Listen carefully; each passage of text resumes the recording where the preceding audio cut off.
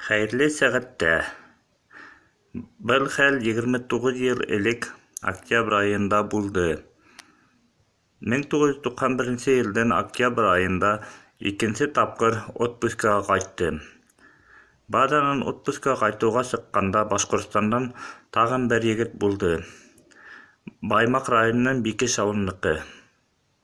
Икәүләп Өфөгә килдек. Өфөлә йөргәндән һуң Өфө-Сибай поездына Сибайга хәтлем билет алдык. Был хәл шулай поездда булды. Бер газета журналда күзгә игълан сагылды.